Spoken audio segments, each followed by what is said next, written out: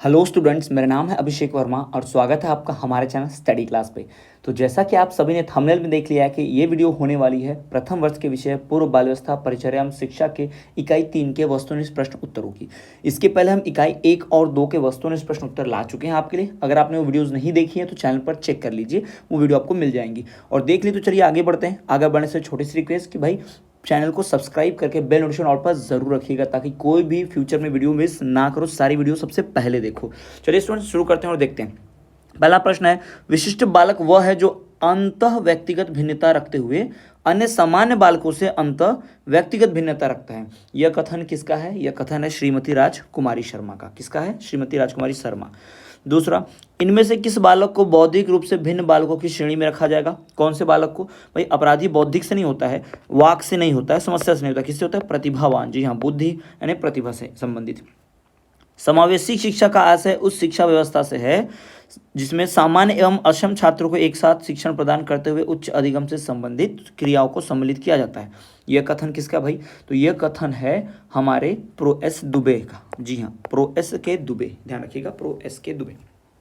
अगला चौथा, समावेशी शिक्षा का अभिप्राय ऐसे छात्रों की शिक्षा से है जो सामान्य बालकों से भिन्न है और यह शिक्षा उन्हें समझकर तथा अनुकूल वातावरण प्रदान करने के सर्वांगीण विकास की ओर प्रेरित करती है। यह कथन किसका है? किसने कहा कि भाई बालक जो है वो उसमें समावेशी शिक्षा को ऐसा बोलते हैं जिसमें अनुकूल वातावरण में उनको शिक्षा दो और उनका सर्वांगीण विकास करो। यह कथन किसका है? तो यह कथन जो है यह है श्रीमती राजकुमारी शर्मा का। जी हाँ, ये दोनों कथन श्रीमती राजकुमारी शर्मा के हैं।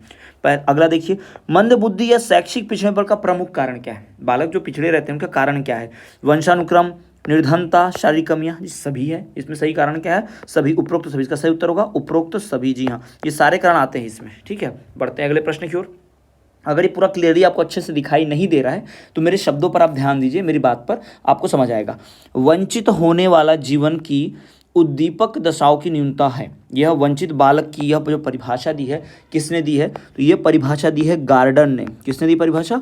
गार्डन ने। अगला देखिए, प्रतिभाशाली बालक शारीरिक गठन, सामाजिक अभियोजन, व्यक्तित्व के गुण, विद्यालय की उपलब्धियां, खेलकूद, जानकारी और मंत्रों की बहुरूपता में सामान्य बालकों से बहुत श्रेष्ठ होते हैं।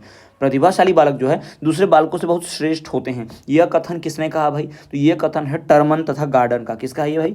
टर्मन जी का और गार्डन का। ठीक है, टर्मन तथा गार्डन का। अगला, सृजनात्मकता नई वस्तु का सृजन करने की योग्यता है। सृजनात्मकता जो है नई वस्तु की सृजन करने की योग्यता है। सृजनात्मकता की यह परिभाषा किसने दी है? तो यह परिभाषा दी है जेम्स ड्रेवर ने। किसने दी? जेम्स ड्रेवर ने। अगला देखिए, किशोर अवस्था में शिक्षा का स्वरूप निम्न में से क्या होना चाहिए? किशोर अवस्था में शिक्षा का स्वरूप जो है निम्न में से कैसा होना चाहिए भाई? तो भाषा विकास पे होना चाहिए। किशोर अवस्था में शिक्षा का रूप निम्न से क्या होना चाहिए? भाषा विकास से होना चाहिए, यानी किशोर अवस्था में भाषा का विकास करवाना चाहिए छात्रों का। छात्रों में रटने की प्रवृत्ति को रोकने हेतु कैसे प्रश्न पूछने चाहिए? छात्रों में अगर रटने की प्रवृत्ति रोकनी है, वो रटे ना, तो हमें वस्तुनिष्ठ प्रश्नों की बात करनी पड़ेगी। किसकी? वस्तुनिष्ठ प्रश्नों की। अगला देखिए, पठचर्या है भाई। क्या है पठचर्या? पठचर्या है क्या भाई? ये विद्यालय का संपूर्ण कार्यक्रम है। क्या है ये? विद्यालय का संपूर्ण कार्यक्रम। जब बच्चों को कोई नियम या सिद्धांत सिखाना हो तो अध्यापक को क्या प्रयोग करना चाहिए? तो भाई अध्यापक को प्रयोग करना चाहिए कौन सी विधि? निगमन, विश्लेषण, आगमन, कहानी। कौन सी? आगमन विधि। कौन सी विधि? आगमन विधि। कहानी सुनाने के लिए, नियम सिद्धांत बताना है तो आप आगमन विधि, कहानी नहीं करेंगे आप। प्रौढ़ शिक्षा यानी कि बड़े लोग जो होते हैं उनके पढ़ाई के लिए कौन सी उम्र रहती है? तो वो आयु वर्ग 18 से 50 वर्ष है। जी हाँ, प्रौढ़ शिक्षा जो है 18 से 50 ईयर्स तक है, 18 से 50 साल। कक्षा में श्रेष्ठ अनुशासन की कसौटी है। कक्षा में अच्छा डिसिप्लिन है, अनुशासन है। कैसे है? तो ये कक्षा में शांतिपूर्ण शिक्षण प्रक्रिया हो, शांति से पढ़ाएं। शिक्षक छात्रों को आक्रामक व्यवहार करें नहीं। कक्षा में अपेक्षित सहभागिता नहीं। शांति में अवस्थित कक्षा। कौन सा होगा? शांति में अवस्थित कक्षा होगा। ये ध्यान रखना आपको। ठीक, चलिए तो बढ़ते हैं अगले प्रश्नों की ओर। तो अगला जो हमारा प्रश्न मिलेगा वो देख लीजिए भाई, आप यहाँ रिक्त स्थान की पूर्ति है। अगला क्या है?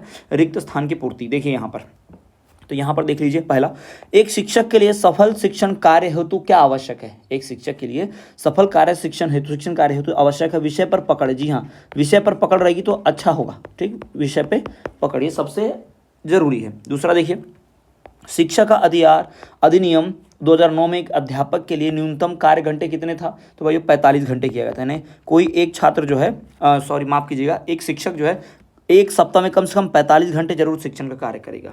अगला देखिए, शिक्षण की समस्याओं को हल करने का दायित्व किसका है? तो वो भाई किसका हल है? शिक्षकों का दायित्व है ना। अध्यापक का दायित्व है, शिक्षक ही जो है उसको हल करेंगे। वर्णमाला की पहचान जो है वो किस आयु में शुरू होती है? तो भाई वर्णमाला की पहचान जिस आयु से शुरू होती है वो कौन सा वर्ष है भाई? 3 वर्ष। जी हाँ, 3 वर्षीय आयु में वर्णमाला की पहचान शुरू हो जाती है। अगला, आत्मसम्मान की भावना का लक्षण क्या प्रकट करती है? तो भाई यह किशोर अवस्था में ही प्रकट होता है ना।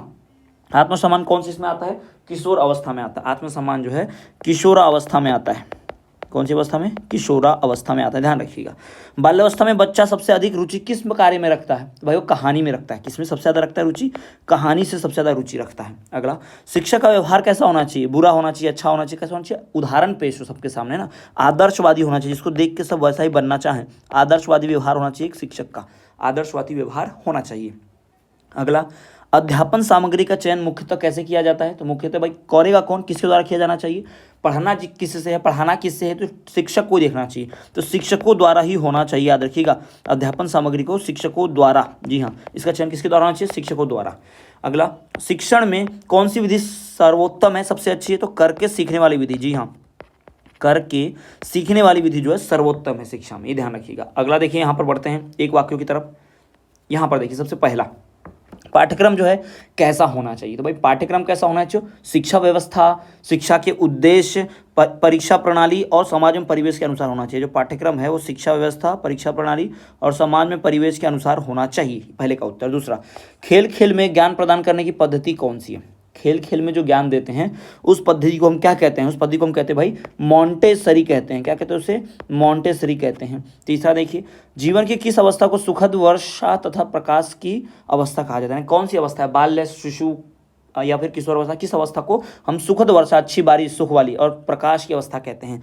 तो भाई ये कौन सा अवस्था होता है? ये होता है किशोर अवस्था। कौन सा अवस्था होता है? किशोरा अवस्था। किशोर अवस्था को सुखद और वर्षा, प्रकाश वाला कहा जाता है। बाल विकास को सर्वाधिक प्रेरित करने वाला प्रमुख घटक कौन सा है? बाल विकास को सबसे ज़्यादा प्रभावित जो करता है वो कौन सा घटक है? भाई खेल के मैदान में। बालक का जो विकास है वो खेल के मैदान में ही होता है, ध्यान रखेंगे आप। खेल के मैदान में ही सबसे अच्छा रहता है। बालक का जो विकास है वो खेल के मैदान में सबसे अच्छा होता है। अगला देखिए, बाल विकास की दृष्टि से सर्वाधिक समस्या काल कौन सा होता है? तो भाई सर्वाधिक समस्या काल जो होता है वो शैशवावस्था है। बचपन में ही तबीयत खराब होती है, बीमारी पड़ती है, बहुत सारी है ना शैशवावस्था में। बालक विकास को सर्वाधिक प्रभावित करने वाले कारक कौन से? बालक विकास को सर्वाधिक प्रभावित करने वाले जो कारक हैं भाई वो खेल के मैदान है। कौन है वो कारक? खेल के मैदान। पहले आपको पता है कि खेलने से ही क्या होता है भाई?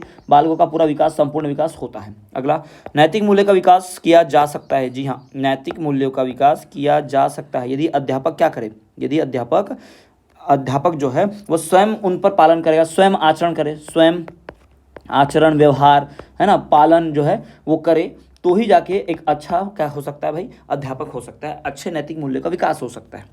13 वर्ष की अवस्था तक पहुंचते पहुंचते बालक की कौन सा विकास लगभग पूरा हो जाता है? तो भाई कौन सा विकास पूरा हो जाता है 13 वर्ष की आयु तक पहुंचते पहुंचते? तो एक बौद्धिक विकास, बालक की बौद्धिक विकास यानी कि जो बुद्धि है वो पूरी तरह से डेवलप हो जाती है लगभग। ठीक है, तो याद रखिए बचपन में ही आपको ज़्यादा ध्यान देना पड़ता है बालकों पर, उनकी बुद्धि को और अच्छा बनाने के लिए, उनकी बुद्धि के विकास को करने के लिए। अगला, किस आयु काल में मानसिक विकास अपनी उच्चतम सीमा पर पहुंच जाता है? कौन सी उम्र में मानसिक विकास सबसे उच्चतम पर पहुंच जाता है? तो ये भाई 15 से 20 वर्ष। 15 से 20 वर्ष के बीच में मानसिक विकास बहुत ज़्यादा हो जाएगा। अगला, शारीरिक विकास की गति किस अवस्था में बहुत कम हो जाती है? तो भाई ये बाल्यावस्था में। शारीरिक विकास की जो गति जो है यानी शरीर का बढ़ना कब बंद हो जाता है भाई? कौन सी उम्र में एकदम कम हो जाता है धीरे धीरे? तो बाल्यावस्था में जाके। ठीक है, किशोर अवस्था, शैशवावस्था उसके बाद ही। ठीक, अगला देखिए, शिक्षा ही राष्ट्रीय एकता का आधार है, यह कथन किसका है?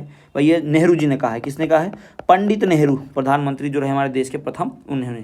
शिक्षा को मनुष्य संपूर्ण समाज का निर्माण करना चाहिए, ये कथन किसका है? तो ये कथन है डॉक्टर सर्वपल्ली राधाकृष्णन। जी हाँ, डॉक्टर राधाकृष्णन, जिसके नाम पर हम टीचर्स डे बनाते हैं, है ना, शिक्षक दिवस मनाते हैं, डॉक्टर राधाकृष्णन। अगला, राष्ट्रीय एकता का प्रमुख आधार क्या है? राष्ट्रीय प्रमुख एकता का आधार जो है वो है शिक्षा। जी हाँ, शिक्षा ही हमारा प्रमुख आधार है। ब्लूम के अनुसार शिक्षा के उद्देश्य कितने प्रकार के होते हैं? तो 3। ब्लूम के अनुसार कितने प्रकार के भाई?